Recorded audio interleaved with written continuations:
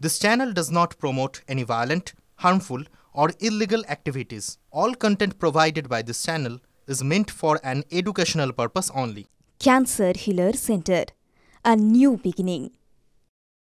অস্ত্র উদ্ধারের খবরে নজর রাখতে হবে, কারণ একেবারে খাস শহর কলকাতা থেকে শিয়ালদা স্টেশন থেকে নতুন করে অস্ত্র উদ্ধার এবং সেই অস্ত্র উদ্ধারকে কেন্দ্র করে তুমুল চাঞ্চল্য। নতুন নতুন তথ্য উঠে আসছে তদন্তে।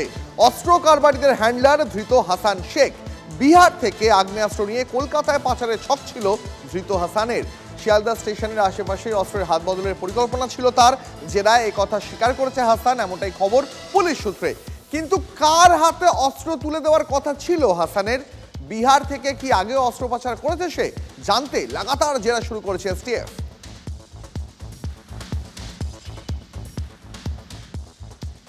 খাস শহর কলকাতা থেকে ফের অস্ত্র উদ্ধার। শিয়ালদা স্টেশন থেকে আগ্নেয়াস্ত্র সহ পাকড়াও মালদার যুবক। বিহার থেকে ট্রেনে চেপে বিপুল অস্ত্র নিয়ে আসা হয় কলকাতায়, খবর এসটিএফ সূত্রে। আমাদের নিরাপত্তার কোনো নেই, আমরা রোজ ডেলি প্যাসেঞ্জারি করি আসি, আমরা বাড়িতে ফিরবো কিনা এখন তো সন্দেহ হচ্ছে, ফিরতে নাও পারি। কারণ এর জন্য আমাদেরকে সাধারণ পাবলিককে অন্তত প্রোটেকশন দেওয়া খুব দরকার। তবে পুলিশের কাজ করছে, আইনের কাজ করছে, আমরা এতে খুব খুশি। প্রশাসনকে জানাই ধন্যবাদ, এই উদ্ধারটা করেছে, খুব ভালো হয়েছে আমাদের জন্য। আমরা প্রতিদিনকারের জেনারেল প্যাসেঞ্জার আসি কলকাতায়। এত এরকম অবস্থা আগে আমরা দেখেছি কিনা আমার মনে পড়ছে না। যতক্ষণ এটা ঢুকেছে তার মানে এটা একটু খুবই টেনশনের বিষয়। কলকাতা থেকে কাজে যাচ্ছি, বাইরে থেকে কাজে আসছি, ভাত নিয়ে যাচ্ছি, এই সমস্ত দেখে তো ভয় লাগবেই। এটা একটা দুষ্কৃতীদের দল হচ্ছে, এটা কোনো রাজনৈতিক দলের মধ্যে এটা পড়ছে, তা এখান থেকে পাচার করাচ্ছে।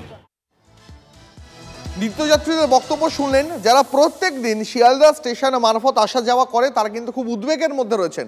আসুন সরাসরি কথা বলি আমাদের সঙ্গে, আমাদের সহকর্মী সুপ্রিয় রয়েছেন এই মুহূর্তে। আমি সরাসরি সুপ্রিয়র কাছে জানতে চাই, সুপ্রিয়, শিয়ালদা স্টেশনে এর আগেও একাধিকবার এরকম অস্ত্র উদ্ধার হয়েছে, যারা অস্ত্র পাচার করেছে তাদের এসটিএফ ধরতে পেরেছে।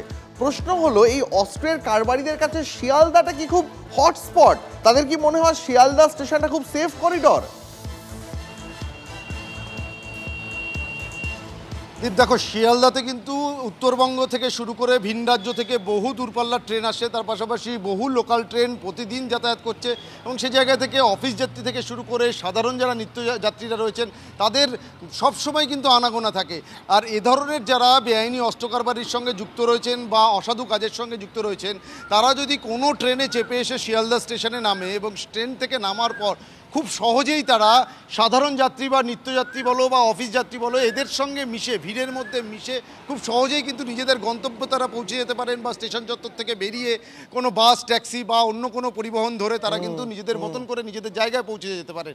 ঠিক সেই জায়গা থেকে এই শিয়ালদাকে কিন্তু এই ধরনের যারা রয়েছেন, অস্ত্রকারী হোক বা জালনোট হোক বা এ ধরনের যারা কাজের সঙ্গে যুক্ত রয়েছেন, তারা কিন্তু নিজেদের সেফ করিডোর হিসেবে ব্যবহার করছে, এমনটাই কিন্তু বিভিন্ন যারা এক্সপার্টরা রয়েছেন তারা মনে করছেন।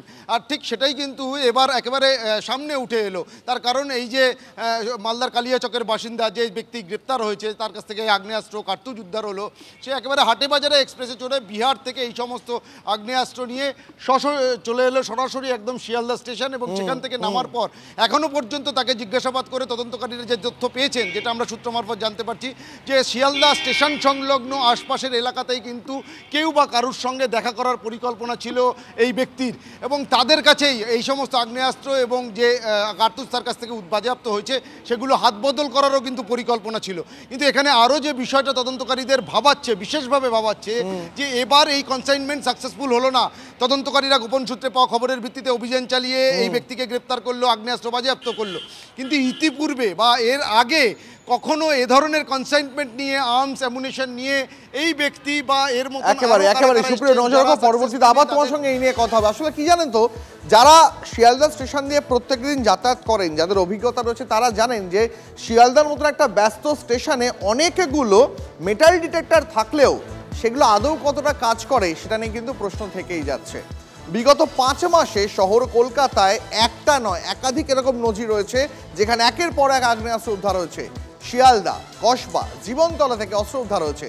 বছরের শুরুতেই শিয়ালদা থেকে অস্ত্র উদ্ধার হয়েছিল, সেই ছবি দেখিয়েছিলাম আপনাদের। বড় বাজারে সেখানেও অস্ত্র উদ্ধার হয়েছে। বারবার এত অস্ত্র উদ্ধারে প্রত্যেকবারই কিন্তু বিহার যোগের কথা উঠে আসছে। এখন প্রশ্ন হচ্ছে কোথায় নিরাপত্তা? শিয়ালদাকে কেন বারবার অস্ত্র পাচারকারীরা ব্যবহার করছে? সুপ্রিয় খানিকটা উত্তর দেওয়ার চেষ্টা করলো, শুনলেন আপনারা। দুষ্কৃতীদের সেফ করিডোর কি আমাদের এই কলকাতা শহর এবং কলকাতা সংলগ্ন জেলাগুলো? এই প্রশ্ন তুলছেন বিরোধীরা। বিরোধীরা প্রশ্ন করছেন কোথায় শহর কলকাতার নিরাপত্তা? আমরা বিজেপি নেতা সজল ঘোষের সঙ্গে কথা বলেছিলাম, শোনাবো তার বক্তব্য। আমরা আইএসএফ বিধায়ক নওশাদ সিদ্দিকীর সঙ্গেও এই নিয়ে কথা বলেছিলাম, শোনাবো তার প্রতিক্রিয়াও। যতটুকু পাওয়া গেছে ততটুকু নিয়ে আপনারা হইচই করছেন, লাপালাপি করছেন। আপনি ভাবতেই পারছেন না আর কত পাওয়া যায়নি। 6টা পেয়েছেন মানে 600 পাননি, কমপক্ষে 6টা পেয়েছেন মানে কমপক্ষে 600 আপনি পাননি। এইটা নিয়ে আতঙ্কিত থাকা উচিত।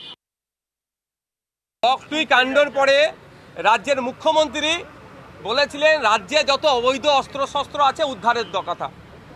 দুর্ভাগ্যের বিষয়, রাজ্যের কোথাও না কোথাও বোমাবাজি হচ্ছে, গুলি চলছে, অবৈধ অস্ত্রশস্ত্রের রমরমা চলছে।